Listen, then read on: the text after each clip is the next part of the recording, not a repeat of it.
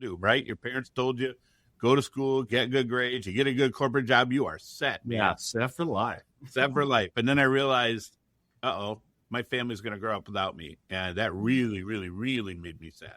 So, those 3 a.m. feedings really were a wake-up call for me. Hello, everybody. Welcome to Behind Their Success podcast. I'm Pete Squires, the host, and today we are diving into the world of real estate investing. We have an industry leader in Ken Gee. He is the founder of KRI Partners, a seasoned investor and educator with over $2 billion in transactions and more than 26 years of experience. Ken started his career as a CPA and now is big time in the multifamily space. Really interested as a CPA myself to get to know his story a little bit more. Ken, welcome on Behind Their Success. Well, thanks for having me. I'm looking forward to it. Yeah, absolutely, Ken. So tell us a little bit about what you do and how you got there. Yeah, I'll be brief. I grew up in Toledo, Ohio, got my undergrad at the University of Toledo, moved to Cleveland, where I pursued a master's degree at Case Western Reserve. While I was doing that, I was a commercial lender for 5 years. Got to see a whole lot of people make a whole lot of money to the bank. They all wanted to hear from their CPA. I decided I wanted to be that guy that people actually wanted to hear from.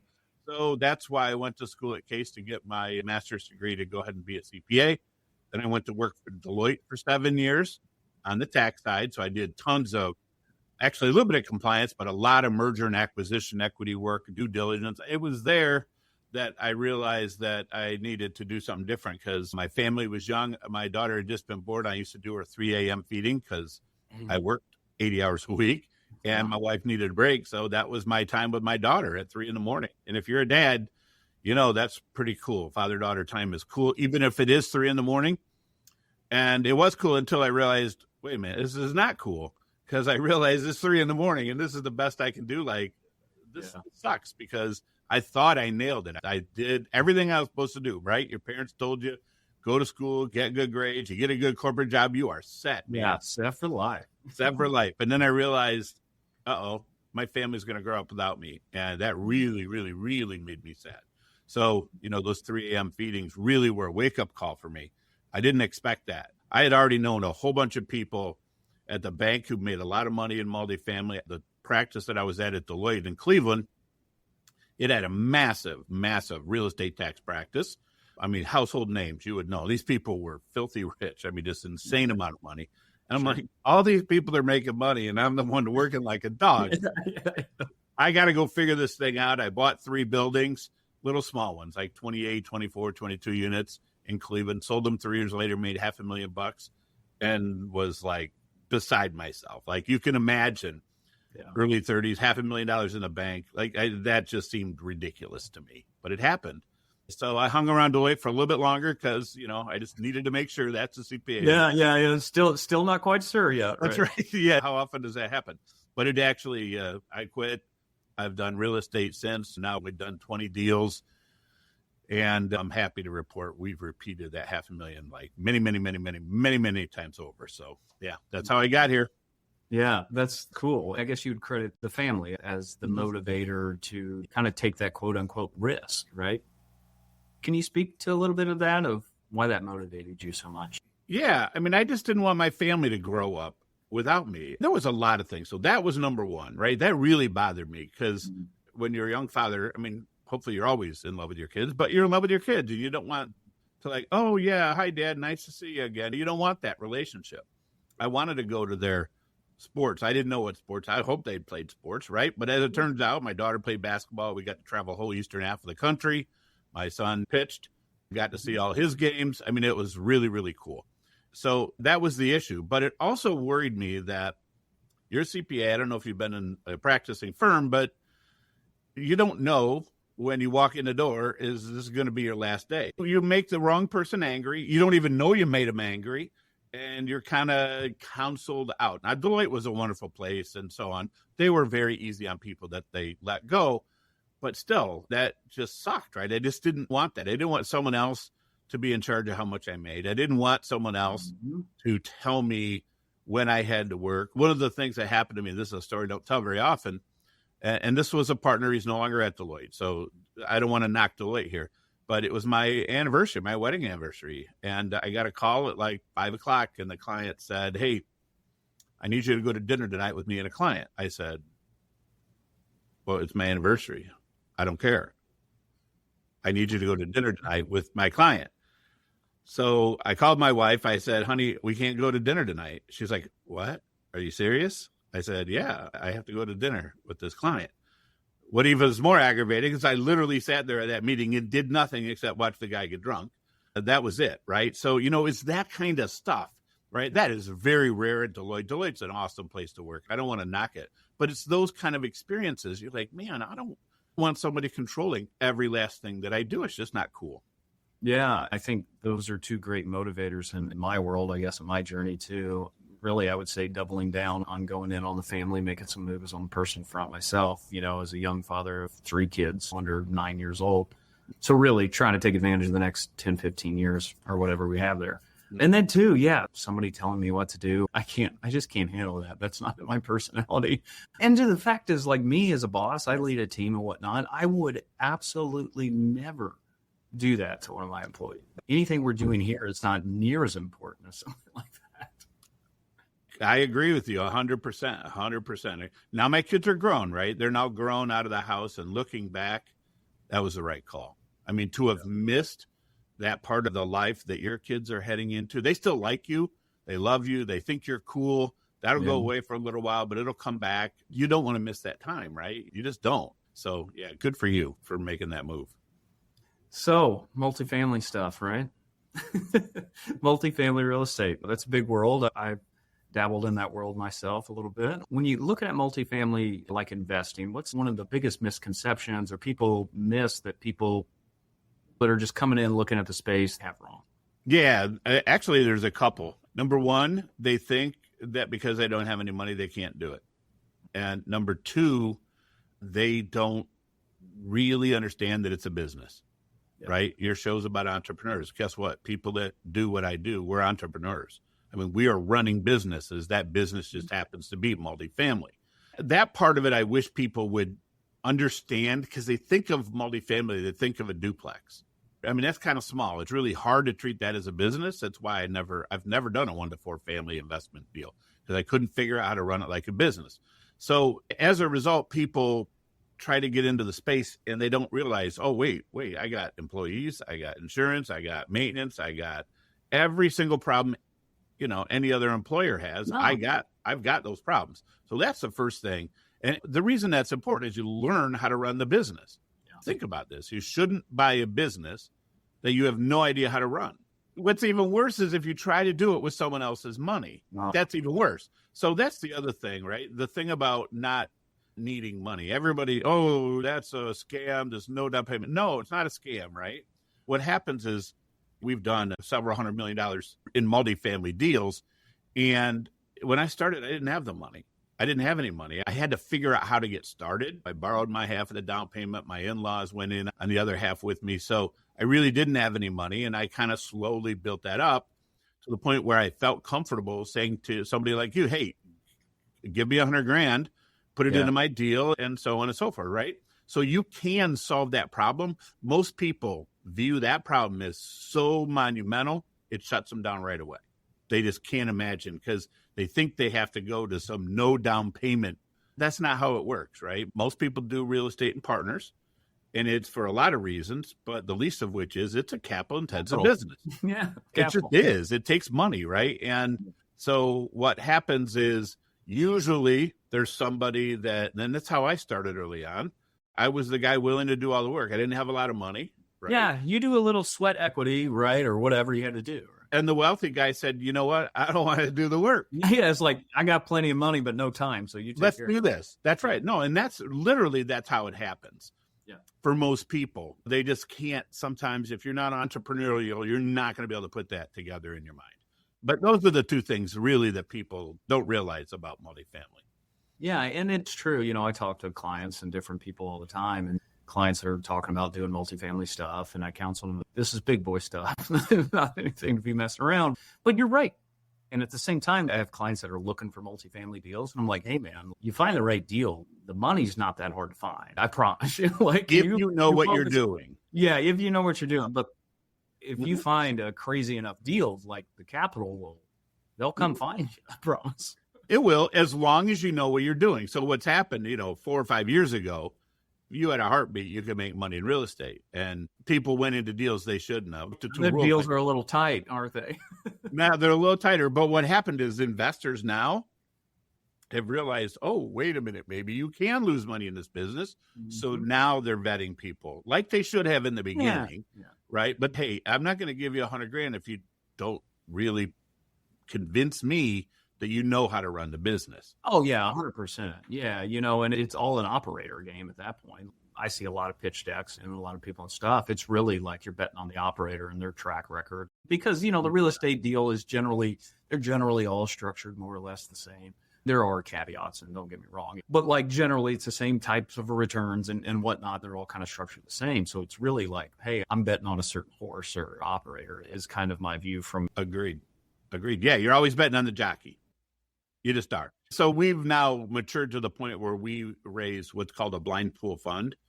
So we used to syndicate. Syndication is when you go find the deal, get it under contract with your own money, right, as an earnest money. And then you have to work like a dog to raise a whole bunch of money in a really short amount of time. Like that sucks. Well, and you often got to start there, right? It's because the investor wants to see the bricks and mortar. They want to see your numbers. But what you know is that you lose a lot of hair. You get a lot of gray hair if you're sitting in my chair doing it that way. And we've done it that way. But you just have to suck it up and figure out how to do it. But then as you mature, not everybody does this. But we just got tired of, we'd be one of 20 syndicators trying to get a deal. Yeah. Well, the only way to differentiate yourself is convince a guy you'll close, but bid it up. You had to pay more. That's just the way it is. So when we flip that around, we raise the money first and then go find the deal. That's what a blind pool fund is. Yeah. Our buying power just exploded because now we got the money in the bank, but it's harder to raise money from investors if you don't have a track record. Yeah, see, and that's where you've just matured to the point you have the evidence. That's just a benefit of staying in the game long enough and getting good enough at the game that investors just have the trust with you. Yeah, you're exactly right. But if you wait that out right now, we're getting deals we shouldn't be able to get. Why? Because the certainty of close is so high, right? They know, first of all, they know who we are because we've been around for so long. But secondly, they know that we got enough money to close the deal. Like the day we sign it, right? And that's important to people. Oh, yeah, for sure. Those deals fall through all the time. They do. Are you looking for a new tax experience? Looking for an advisor that actually brings you high-level ideas and proactively plans so you aren't overpaying your taxes? Or how about one that even just responds and communicates in a timely fashion? If any of that resonates with you, you probably just have a tax preparer and not a tax planner. And it is through the tax planning process where all the value is found. And when tax planning is done right, it has a positive return on investment. I'm Peyton Squires. I'm a CPA and owner of Squires Tax Planning.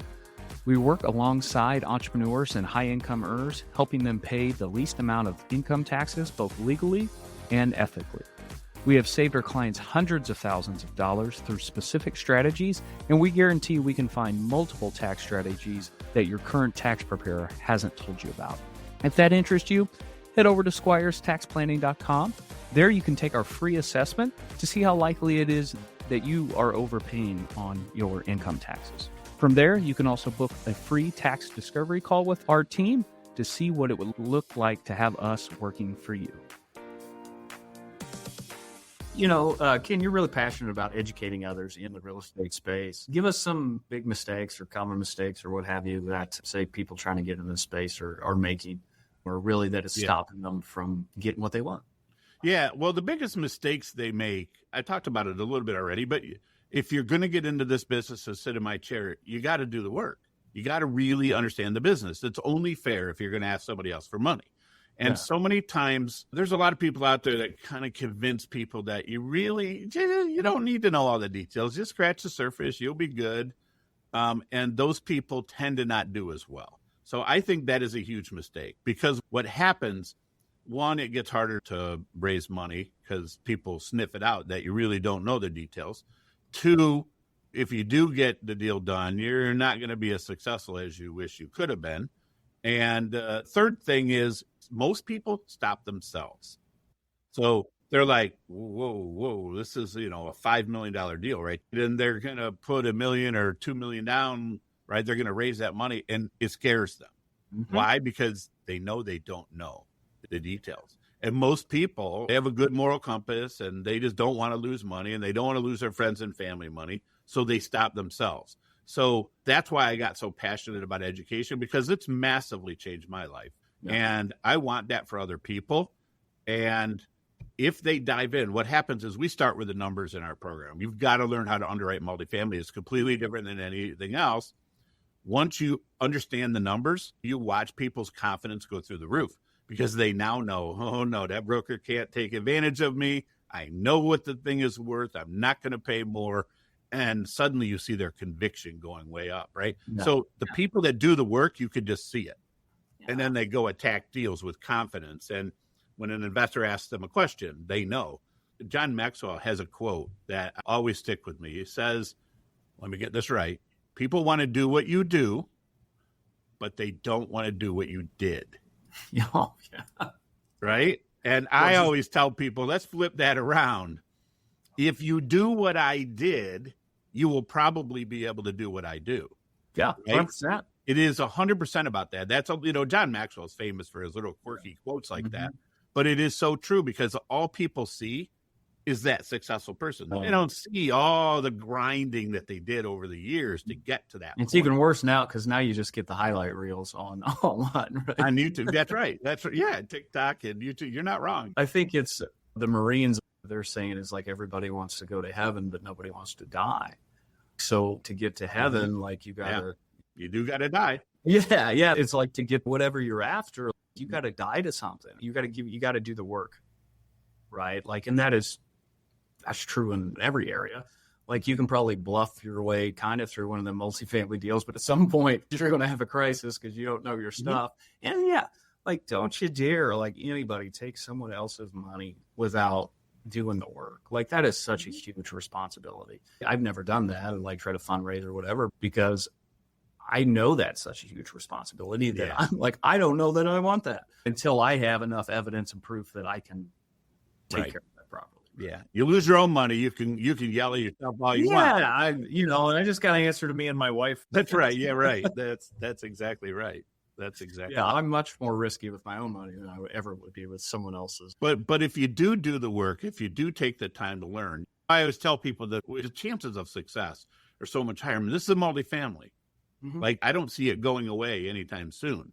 Oh, for sure. I just don't. And if it does, that means we probably don't exist. So money doesn't matter anymore. Yeah, right? We're in a totally different world. Yeah, that's exactly right. So I like it because it's a relatively low risk asset, something that you can do pretty well with if you roll up your sleeves and do the work. I always ask people, let me ask you, would you go to the doctor knowing that the doctor never went to med school? You probably wouldn't. Yeah.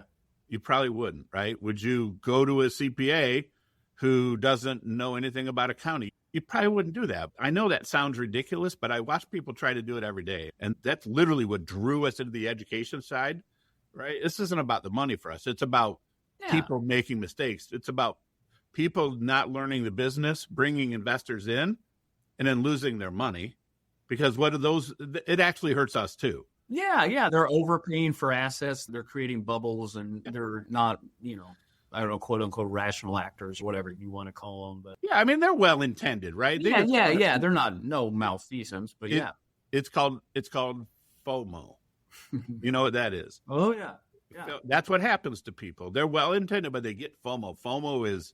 That was raging in 2021, wasn't it? Oh, everybody got FOMO. Yep. And I always tell people, FOMO has no cure. It is the disease that will kill you if you allow it, if you get it. If you get it, you're going to die, because that happens every time, because it makes you do things you shouldn't do. Yeah, you keep chasing something. Yep, sure. You're right. I love it. So, Kim, what is something you would credit that's led to your success, a habit or a routine or something that you kind of do in your daily life? Yeah, it's probably, this is funny, because if you knew me growing up, like in high school, you would have been like, I first wanted to be an engineer. My parents are like, engineer? You're running a mile a minute. There's no way you're going to pay attention to details. Like, Don't. You That's slowed down enough to pass that CPA exam, though. well, here's what's funny. At some point, actually, it was in the middle of my college years, I decided to stop. This is weird. This is a weird story, but I stopped studying for tests. And I just decided, well, why don't I just learn this stuff? Like learn it, legitimately learn it.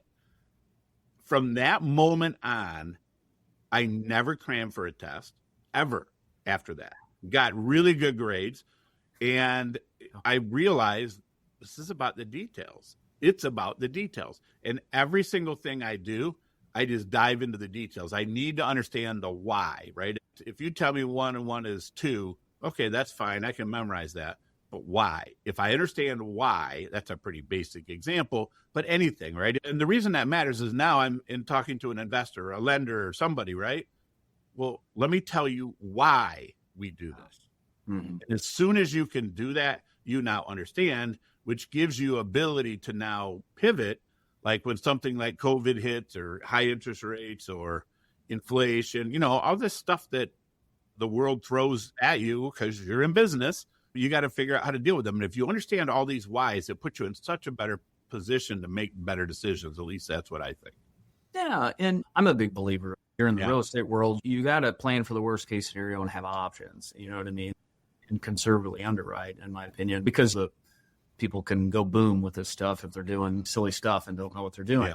So it's important to know the details, right? It's like you're going to come in and buy a 40-unit building, or you're going to get $10 million or something. Like missing a detail like some major roof issue or something can just be devastating. So you better know what you're doing. Yeah. And you know what? The reality of it is this is not rocket science. What we do is not rocket science. You just got to take a minute to learn it, right? Like, we know rocket scientists, they're investors in our funds. I mean, those guys are smart. I mean, you don't have to be that smart to do what we do. You just have to take the time to learn the business. Yeah. It's just pattern recognition. It's understanding what's important, what's not important, what's opportunity, all those different things. And that, like you said, all just comes from reps and experience and practice. That's right. Yep. So looking back on your career, Tim, is there a pivotal moment or like a big decision that you kind of look back at and think, man, that was a key moment that set me on the trajectory where I'm at now? Yeah. So when I made that decision, doing the middle of the night feedings with my daughter, that was pivotal. When I had the guts to buy that first apartment building, that was pivotal. I mean, that changed it. And that's what happens. Was your stomach churning a little bit, or? Well, no, back then. So you need to rewind the clock 26, 27 years now, or 28 now, before I even bought anything. There was no podcast. There was no education programs like we have. I went to apartment association meetings that were horribly boring. And then I would try to network with the person lecturing that day, because I figured if they're in the front of the room, they probably know, somebody thinks they know something, and I could probably learn from them. And it was really painful. Now, oh my gosh, like our program, we literally walk you through the entire process. You just do everything we tell you and you're going to get there. That never, ever, ever existed. So the reason I tell you that is when I bought that first property, I mean, I thought I did a lot to try to learn a lot. I even hired an attorney, paid him a ridiculous amount of money, who said, yes, this is a good deal, but they didn't change the fact. Well, he owned 1,000 units. He owned 1,000. Okay, so he had something to stand on. Yeah, he did. There was a reason I paid him a bunch of money. I didn't think he even read the documents. But anyway. His brother's like, oh, yeah, no, it's great, man. Yeah, right. But he told me, he said, when you bought that first deal, he said, I think you're going to make $100,000. I thought, $100,000? Like, are you crazy? That's crazy amount of money. But what happened when I closed that deal is I had what I felt like, you ever, the size of a golf ball? I felt like I had a golf ball in my throat. That's the level of stress. Yeah. I don't know what the hell made me push through it. I did push through it. Yeah. And you risked everything, right? You signed on your loan personally back then. If I screwed it up, house is gone, car's gone. It's got bankruptcy. There's bankruptcy, right? I mean, it was just inconceivable what would happen. So that first deal was really, really stressful. Luckily for now, it's a lot easier for people to figure it out because you have people that are willing to help. But back then, that just didn't exist. Yeah, and to a degree, You did your homework, you did the work, and to a degree, you had to step out in faith and just roll the dice, right? You at least did enough work to get to the point to where you're like, okay, I've mitigated enough risk. Yep. Let's roll the dice. People also get stuck there and stuck in the constant learning and gathering of knowledge, and that is in of itself the satisfaction. People, they just never jump, and we don't want to be stopped there, either. Yeah, I will tell you that first deal. I mean, looking back, it was so pivotal on everything in my life because I realized at that point that, wait a minute, if I just did that, I could probably do a lot of things, right? I stopped looking at things as these mountains that were impassable. I did not have Mount Everest in front of me. It was just a problem I needed to solve. Yeah. And so now looking forward in my life, I didn't know this at the time, but it kind of taught me, you just got to figure it out. Just go figure it out. No, stop with don't even worry about this I can't thing. Just go figure it out and push through it. And I can think of numerous times in my life where I thought, whew, this is a big one. And I figured it out, right? We lived through 08, 09. I mean, yeah. The whole world falling apart, right? Disaster literally. everywhere. Yeah. What you don't know is I owned 3 Cessna pilot centers at that time when 9/11 hit. Well, that was in 01. So that was another lesson, right? Yeah, that was another one. Yeah. Try owning a flight school with 3 Cessna pilot centers in 3 different locations. And then the FAA telling you can't fly for 8 years. I mean, oh gosh, yeah. So, oh man, yeah. You figure it out. You'll get through it. Yeah, you'll get through it, and that's an important lesson. Is like those things always happen. Whether it's 9/11, it's the recession of 08, 09, or wars breaking out. Currently, right? Like we always bounce from crisis to crisis. So that's why it's important to. Yes, we need to learn, mitigate risk. We do need to eventually take a risk. But it's also important to hey, let's be wise here. Let's keep options on the table to where it doesn't just cost you everything if the deal goes bad, right? Where it takes right. everything you've ever done out. You don't need to risk all of that, on right. a deal, right? Exactly. So, for some of these aspiring real estate people listening, what's a piece of advice you'd give them? I know we talk about do the work and anything else, but is there any other kind of practical advice you might get them started? Yeah. So, I mean, everybody generally knows you can make a lot of money in real estate. I mean, everybody knows. I mean, just so many people own real estate that is appreciating in value, right? So if you're actually thinking about investing in real estate, all I want you to do is just take a minute, because a lot of people don't do this, and look at your life. Do you want to be the person that sit in my chair and make it your life's work? Do you want to do that? Or do you want, maybe you're a physician, maybe you're an attorney and you love what you do and you don't want to stop that. Well, you don't need to be showing apartments. We once had a Harvard-trained physician who wanted to quit being a physician and do what we do. I said, I'm not even going to be a part of this. I'm not even going to. You're nuts, right? You no way. I'm not even going to just. You learn. It's like you can just go print money and then put it wherever. Right. So what I want people to do is look at your life realistically, and there's a way for you to get into the real estate business. You just invest passively. Our investors have done quite well, right? There's not going to be a guarantee if you do it, but man, if you're generating that kind of cash, let somebody else grow that money for you. And so if you do that, there's no reason why you can't create enough passive income. This is how rich people get rich. They go invest in this asset. The asset appreciates. They refinance it. They pull their money out. Now they own the asset. They got nothing in it. Literally, it's free asset. They're still going up in value, still generating cash. And they took that money and they did it again. And they do it again, and they do it again. And I mean, you create massive amounts of wealth if you do that successfully.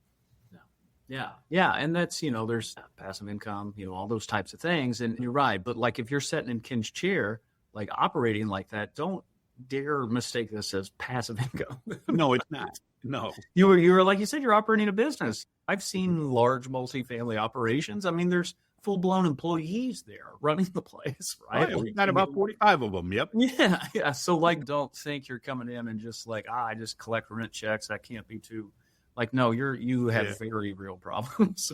You do. Even in management of the place. And even if you have a property manager, you promise you're still going to be dealing with a whole lot of problems. Ken, so man, it's been a great conversation. What is the best way people can get to know more about you, follow you, all that kind of good stuff? Yeah, so we're all over on all the social media. Just search for KRI Partners. So our website is kripartners.com. It's kripartners.com. And then when you go to our site, you're going to kind of, hey, do I want to do what Ken does or do I want to invest passively? No matter which way you want to go, we can help you. We've got a ton of free educational materials, webinars, free. Check it out, because the more educated you can get, even if you're going to passively invest, you want to understand what you're investing in. So yeah, kripartners.com. Yeah, absolutely, Ken. I really appreciate your willingness and wanting to give back and educate people. That is key and kind of why we do this podcast. So I really appreciate that. Guys, he's probably got a lot of amazing free resources on there. If you just want to learn about the space, check out his stuff. Ken, anything else you want to leave the listeners before we roll? No, this is awesome. This has been a lot of fun. If you're thinking multifamily, you really need to look at it. Just figure out how it fits in your life and go after it, because there's so much money to be made in this space. Awesome, Ken. Well, I appreciate you, listeners. We'll catch you next time. Thank you so much for listening to the podcast. If you found it valuable, please rate, review, and share it. That is the best way to help us build this and reach more people, as we're trying to accomplish our goal of help creating more healthy, wealthy, and wise entrepreneurs. You can follow us on social media by searching for me, Peyton Squires, or going to PeytonSquires.com. On the website and social media, we're always sharing tips of personal growth, and there we can actually interact. I'm looking forward to it. Thanks, guys.